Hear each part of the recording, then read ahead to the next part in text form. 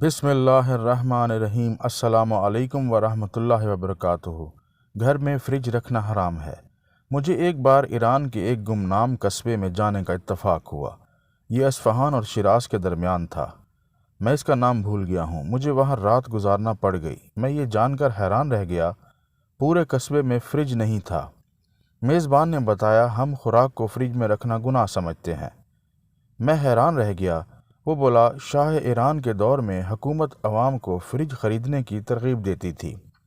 قسطوں پر T V اور fridge مل جاتے تھے۔ پورے شہر نے فریج خرید لیے۔ ہمیں چند دن بعد احساس ہوا ہمارے دل تنگ ہو گئے ہیں۔ ہم نے فالتو کھانا فریج میں رکھنا شروع کر دیا ہے۔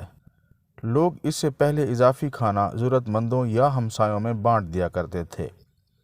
ہم میں سے ہر شخص اپنی ڈش ہمسائے کے گھر بھجواتا تھا اور ہمسائے اپنا کھانا ہمیں دے دیتے تھے۔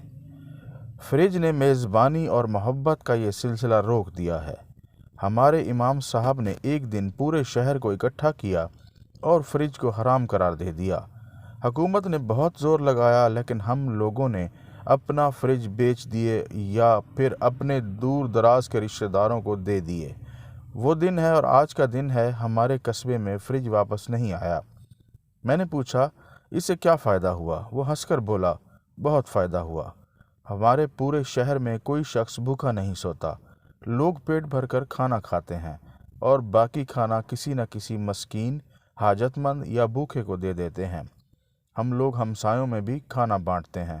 یوں پورے شہر میں کوئی بھوکا نہیں رہتا۔ جزاک اللہ۔